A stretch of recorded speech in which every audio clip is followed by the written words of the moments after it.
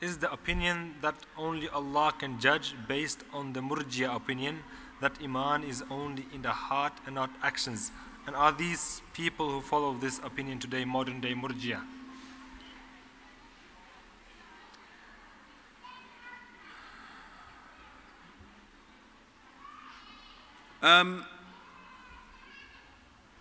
Yes, there is I don't mean yes, that they are, right?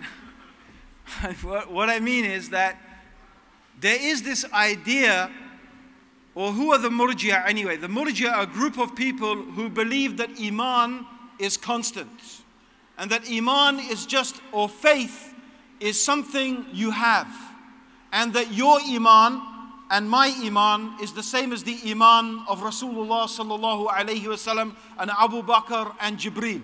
You know, we have all the same Iman. This contradicts, and that Iman doesn't change, it stays constant. Yeah?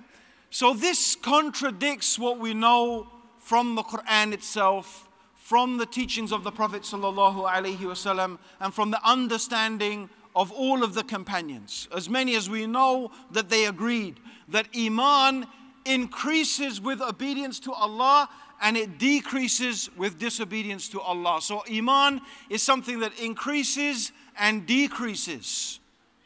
So the more you obey God and you do it sincerely and correctly, then your Iman increases. And the more you disobey God, then, you know, your Iman decreases.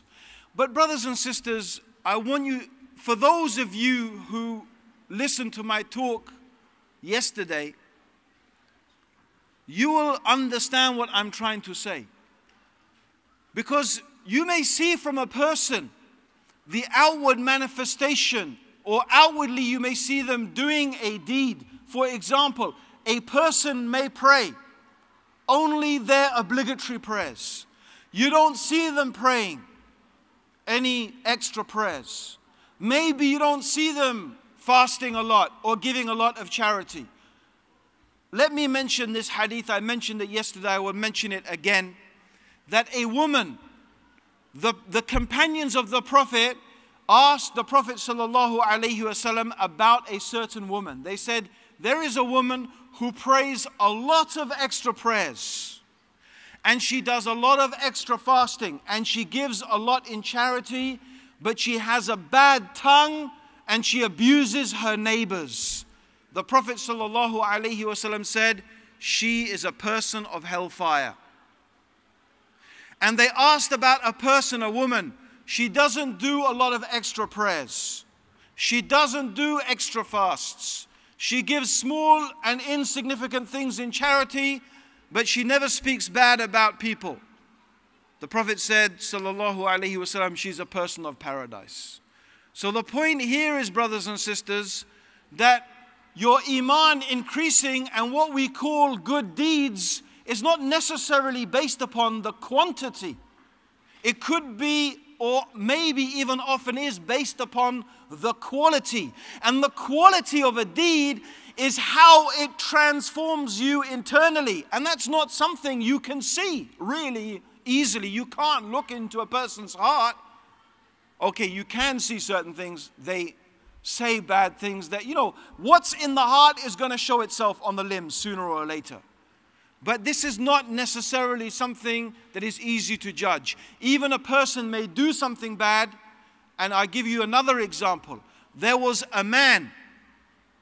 Once the Prophet sallallahu alaihi wasallam, his companions asked the Prophet to come to their house to pray in the house. Now the reason they asked the Prophet to do that is because they lived far from Medina and far from the mosque. They couldn't travel to the mosque back and forth every day. They wanted the Prophet sallallahu alaihi wasallam to come and pray in the house, and that would give it a type of approval that they could use this as a place of prayer. So when the Prophet sallallahu alaihi wasallam came there and he prayed, the people started saying, or even the prophets, I can't remember, the Prophet sallallahu alaihi wasallam asked, where is such and such? He knew that this particular companion, he lived in this vicinity. They said, Ya Rasulullah, such and such has become a munafiq. The Prophet sallallahu alaihi wasallam said, don't say that.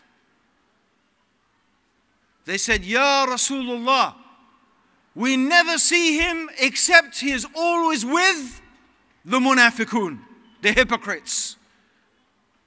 We just see him with the hypocrites. The Prophet sallallahu alaihi wasallam said, maybe he has some business with them. Meaning, maybe there's something that he can't help having to deal with them due to some circumstances.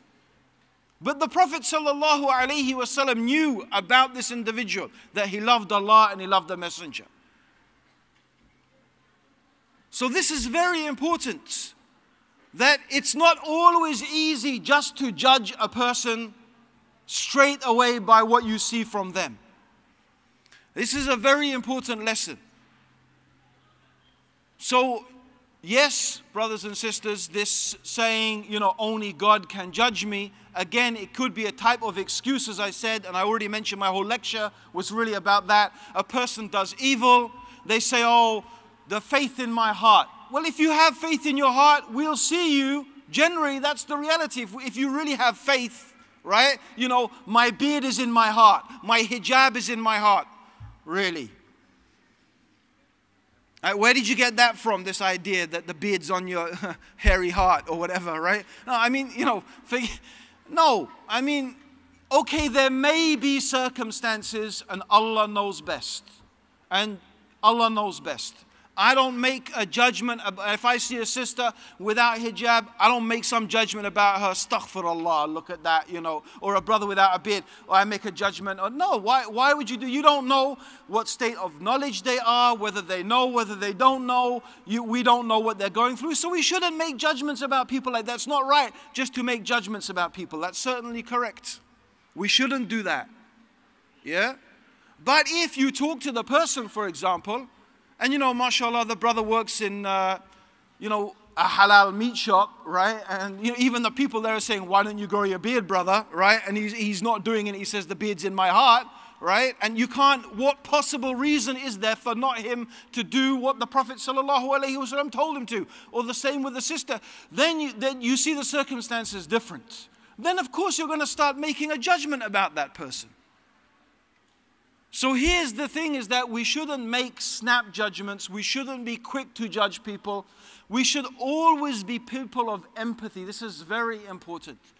Forgiveness, overlooking of faults, compassion, empathy is very important. Trying to understand what the person is going through, trying to feel what that person is going through.